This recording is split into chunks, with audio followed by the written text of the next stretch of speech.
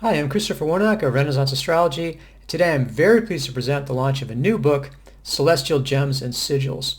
This is a comprehensive translation of De Lapidibus Liber Sigillorum. These are talismanic lapidaries. I just want to show you a copy of the book. Really happy to bring this out. This is a comprehensive translation, another comprehensive translation by Regulus Hess. This includes many variant texts of this key set of lapidaries. Lapidaries are ancient sources that give the magical, medical, and other properties of gemstones, minerals, and stones. And that's in this book, including over 100 different, as I said, gems and minerals. Once again, this is another translation by Regulus Hess. This is giving us extremely rigorous scholarly translation, over 400 footnotes, and really exhaustive discussion of sources, related text, really making this a must-have text for anyone who's interested in magical gems and minerals. Really, this is the most comprehensive set of lapidaries that we have available. But it's interesting, as I was reading this, I realized that there's, while the lapidary stuff is fascinating, there's incredible resources in here and very useful information for astrological magic. Okay, so because traditional astrologers have a spiritual worldview, unlike moderns who see either consciously or unconsciously the world as consisting of nothing but matter and energy. When we're talking about stones, even though that seems material, the spiritual actually comes into key focus and is the key underpinning for that in a traditional source. So astrology is very important here because astrology is this key link between the material world and the divine world. So what I noticed and what really drove me into this book was the recognition that what we're dealing with here when we're talking about the magical or medical or properties of stones is essentially what's called occult virtue. Okay, occult virtue basically just means hidden powers.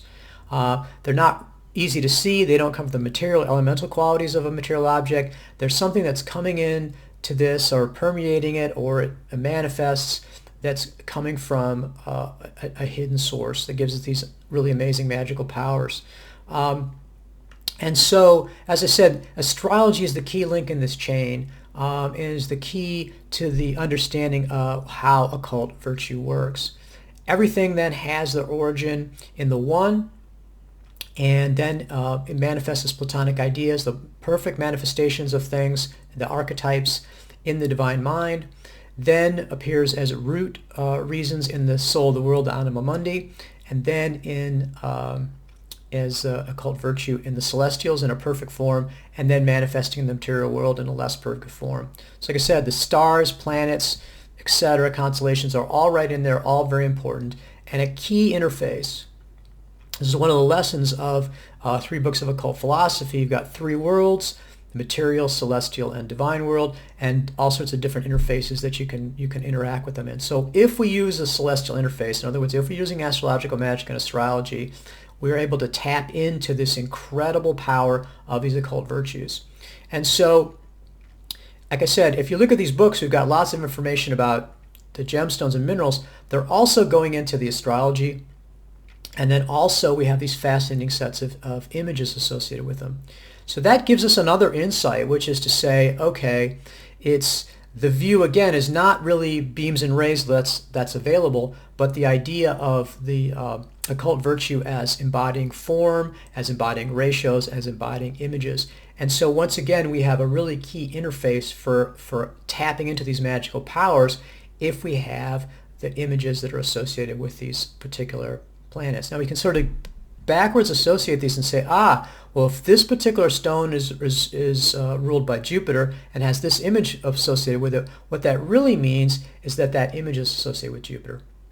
That the stone, the material thing, is the end of the chain, the end of the process. That's the one we can see, right? But all these other things are involved in it. So in fact, the image is superior in terms of being being a manifestation of that occult virtue, and is a much more powerful way of interfacing with that occult virtue and with that ultimate power through the image.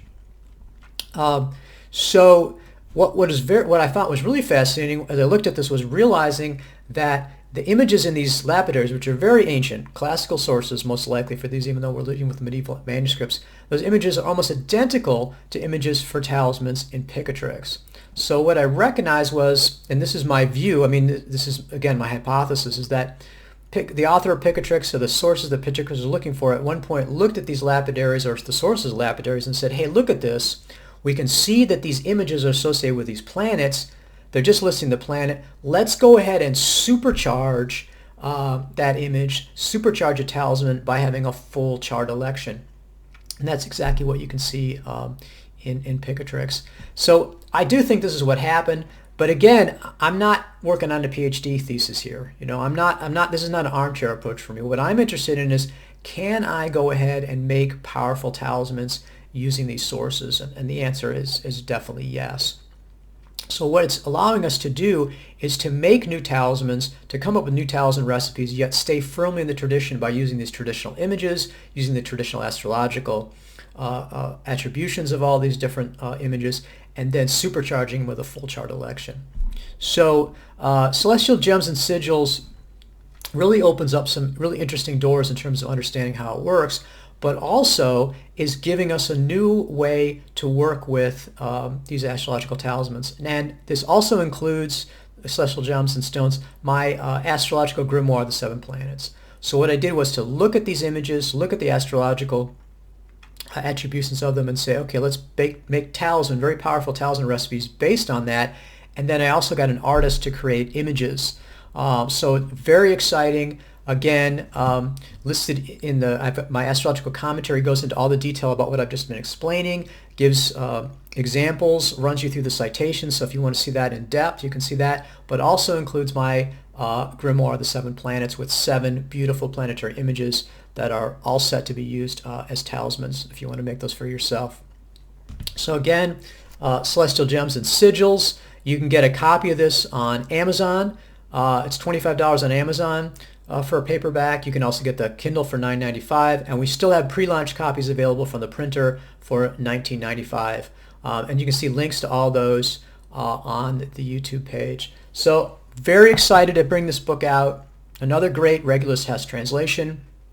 Another great glimpse into the past, but also linking this to the current practice and allowing us to expand our astrological practice, to do new talismans, and to sort of boldly go forth into this realm with the confidence that we're on the right track with our tradition, but coming up with new talismans. So very exciting. I look forward to delving further into this myself, and I think you'll find this to be a very exciting and useful book. I really recommend it. Everyone who's interested in astrological magic, and certainly in magical lapidaries, get a copy of Celestial Gems and Sigils.